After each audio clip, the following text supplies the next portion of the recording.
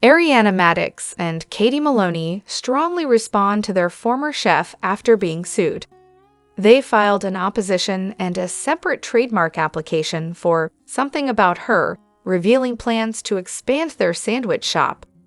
The idea that Penny believes she deserves $120,000 per year for a startup sandwich shop shows how out of touch she really is. Penny seems to be aiming for a settlement. If her main evidence is that her husband registered the trademark for her and her business partners, she should be waiving ACP and spousal privilege to allow him to testify about their involvement, indicating she was a part owner. Instead, her husband filed the complaint to avoid hiring a lawyer for proper litigation. Penny is clearly looking for a settlement or trying to extort money from Ariana and Katie. She won't be waiving privilege. Her husband, Jonathan, is the attorney of record for both her trademark application and her partnership complaint. Penny never owned anything, but through Jonathan, she's now claiming certain intellectual property and partnership interests. Jonathan would also be considered a part owner of the trademark and partnership interests he's helping Penny pursue, assuming California community property laws apply, and these are considered post-marital assets and income. He should be removed from these matters due to his economic interest and as an attorney taking legal action against a former client, SF8, without their consent. Penny would then need to find independent counsel, and her legal costs could be the least of her worries if Ariana and Katie seek damages in potential counterclaims. I didn't like or trust Penny from the start. Her interactions with Ariana and Katie revealed an off-putting attitude. Goodbye, Penny. Seriously, did she really think having her husband file under their names instead of the actual owners was legitimate? No one enjoys being fired for being a demanding jerk, but suing them isn't going to restore her position. Does she think she can win, get her apron back, and everything will be fine? She comes off as a bitter, entitled person, and a rotten one at that. Ugh. Hello everyone, welcome back to my channel, Spill Chronicles. It's me, Ramona, here. I hope everyone is having a wonderful day. Keep watching, so let's dive into today's video. However, I'm having a strong reaction to the cringeworthy hibachi dinner scene before Scheana's wedding in Season 10. Raquel is awkwardly sandwiched between the two Toms, and James and Ally are next to Schwartz. Knowing Sandoval's involvement at the end of the season makes it even more insane to realize what was happening during this filming period. I'm scrutinizing every interaction between Raquel and Sandoval with a new perspective. While Sandoval rocked the world, and I'm catching up late, it's surreal to watch with the knowledge of that scandal. I suspect Sandoval and Raquel were involved before Rachella. He spent $10,000 helping a friend's engagement and told James he enjoyed planning and was getting off on it. Then Raquel had the audacity to say in an interview that she wanted to join them as a throuple. Sandoval seems to be exactly what Kristen accused him of being, the best liar she's ever known. He has serious issues with listening, understanding, empathy, and compassion, fitting the profile of a sociopath. Rewatching it is disturbing and gives me nightmares. When Raquel bought that $700 lightning bolt necklace, I knew something was off. Here's a tinfoil hat theory. I wonder if Tom supported Brock and Scheana's wedding at James and Raquel's engagement party to provoke a reaction from James and upset Raquel, hoping to swoop in and rescue her. Moreover, I'm curious about why Lisa Vanderpump has faded into the background in recent seasons. I really enjoyed her charisma and contributions. Given that Lisa lost both her brother and mother in a short span, it's understandable why she might have taken a step back. Her quick support of Tom is also notable. I'd love to hear from longtime fans about their perspectives on this. One reason could be that it became more challenging to feature her naturally once the show stopped pretending that the cast all worked at SUR. I found it interesting last season when they extended an episode to include Ally and James having dinner with Lisa and James' mom, as well as a final episode with her visiting James' house for dinner. It made me wonder if she's actually filming more than what's shown, with a lot being cut. Between her personal losses, focusing on her business Wolf, and perhaps just aging, Lisa might naturally fade into the background. The show now focuses heavily on the main cast, who are in their late 30s or early 40s. The need for her to play the motherly role has diminished, as it would seem out of place now that they're not young adults. Season 9 was filmed during a time when everyone was still cautious about COVID, and Lisa and Ken, being older, might have preferred to limit their exposure. With Rachel being the only one working at SER in Season 10, it was difficult to incorporate Lisa into scenes in a natural way. For Season 11, I suspect Lisa chose to step back or was edited out because fans were reacting negatively to her intense protect him at all costs stance. On the other hand, I've been trying to pinpoint a specific scene from Vanderpump Rules where Katie mimics a conversation by repeatedly asking why as a response. It goes something like this: statement why, statement but why, statement okay but why. I'm not sure of the exact season or episode, but I remember it involved Brock. Katie was questioning why he hadn't seen his kids for 4 years. It went something like, okay, you can't see your kids. Why? Because you have to pay back child support. Okay, why? Because you and the mom aren't speaking. Okay, but why? And so on. This scene is from the episode where Brock is revealed to have children he hasn't seen in years. Katie's repeated, but why, was spot on, highlighting how absurd the explanations were, especially given his spending on a party.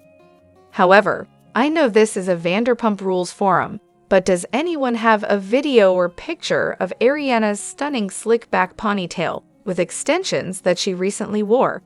I'm not sure if it was for an interview or during Love Island. I remember she was in an orange/red dress, but I can't seem to find any pictures of it.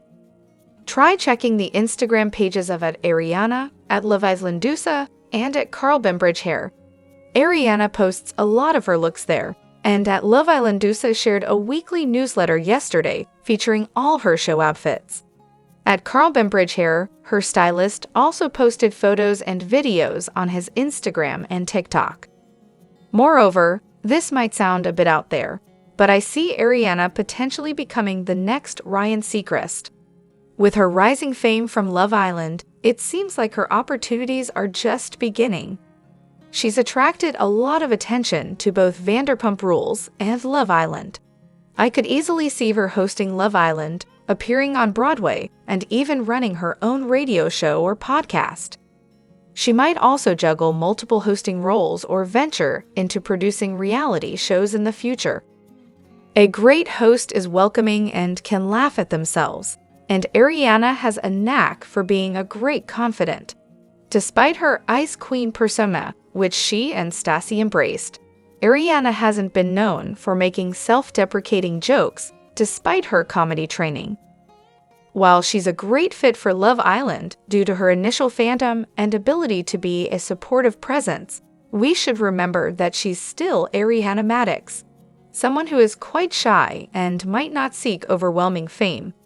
Let's give her space to navigate her career at her own pace and enjoy her success without putting too much pressure on her. On the other hand, I'm confused about some unseen footage from the Season 10 reunion. They showed a clip where Tim was telling James something like, "You gotta trust your girl, Rachel. She's not gonna betray you, and I'm not gonna betray you either." I don't remember the exact quote. I'm wondering how that conversation even started and why Tim felt the need to reassure James about not betraying him, something he ended up doing anyway. What do you all think? I can't recall the exact season, but I think the context of that scene was related to when James sent a rage text to Rachel, calling her a whore. I'm not sure if this footage was truly unseen, as I remember watching it and thinking, is this when the affair began? I was surprised when Sandoval said, "I'm not gonna betray you either." Does anyone else remember seeing this scene before the Season 10 reunion? However, I don't have a law degree, so I might be missing something. But here's what's confusing me. We know Rachel and Tom are represented by the Geragos brothers. Matthew Geragos is a personal injury attorney, similar to Nulla's ex, Sweet James, and Rachel's lawyer, Mark Geragos, has represented high-profile clients like Scott Peterson, the Menendez brothers, and Natalia Grace. What strikes me as odd is that a personal injury lawyer like Matthew would be involved in a countersuit or cross-complaint, especially when it's against his own brother, with whom he used to work at the same firm. I also noticed that the podcast Besties by Bravo has pointed out that Mark Geragos is involved with Bethany's Reality Reckoning and has worked with Brian Friedman, who represented Brandi Glanville in her lawsuit. Am I overthinking this because of all the Bravo content and detective work we've done during Scandoval, or does this seem suspicious? There's hardly any information about Matthew Geragos without mentioning his brother, and Mark used to run the firm Geragos and Geragos. Is there another Geragos sibling or relative I'm missing, or am I just not understanding how law firms operate? Additionally, in a rewatch of Vanderpump Rules, it's striking how often Sandoval spoke negatively about Jax behind his back, rooted for him to fail, questioned him, blackmailed him into lying, or made him take the heat for things he claimed were lies, but were actually true. It's also notable that Jax once bought Sandoval a beautiful Taylor guitar for his birthday. When Andy asked Sandoval at a reunion if Jax had ever given him anything, Sandoval said no, which seemed to leave Jax feeling downcast.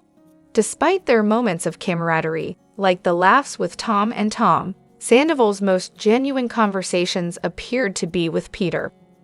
I'm trying to recall any instances when Sandoval was a good friend to Jax. Sandoval basically outed Jax by bringing in a surprise guest from his past, which I thought was a low blow. As much as I disliked Jax, that was a moment when Sandoval seemed to really cross the line. On the other hand, Jax has also done similar things to Brittany and Kristen and pushed rumors about James and Logan. Jax and Sandoval had a history from Miami, which no one else on the show knew about. Jax sought out Sandoval when he came to LA and lived with him and Schwartz. They had a friendship in the sense that they enjoyed going out together, but it's clear that neither fully trusted the other.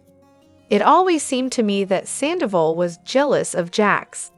Jax received the attention that Sandoval felt he deserved, which likely fueled Sandoval's resentment towards Stassi as well. It was evident that Sandoval's ego was triggered by people picking Jax over him. Sandoval probably saw himself as better looking and more superior, yet Jax consistently received more attention, had more success, and was more popular on the show. This dynamic seemed to really affect Sandoval. Moreover, watching the season 11 reunion, I was shocked to see Scheana visibly terrified by the unseen footage from the last episode. It really highlights what I've suspected about her character. Seeing her watching herself stab Ariana in the back, especially after she acted so supportive in front of her, shows her complicity in the negative talk with Lala and others. The way she reacted to the footage on the spot didn't give her the chance to discuss or spin her actions as neutral. In contrast, Lala just seems embarrassed, but is determined to stick to her character. She says things bluntly and tears up when apologizing, sticking to her usual approach. Sandoval, meanwhile, comes off as a complete jerk, and it makes me want to support Ariana even more. I wish I could offer her a massage, a nice dinner, and a facial, and let her know she never has to deal with these people, except Katie, again. Drop your thoughts in the comment section below. Do you agree or disagree? Don't forget to like, subscribe, and hit the notification bell for more updates. Your opinions matter, and I will see you in the next video. Thank you.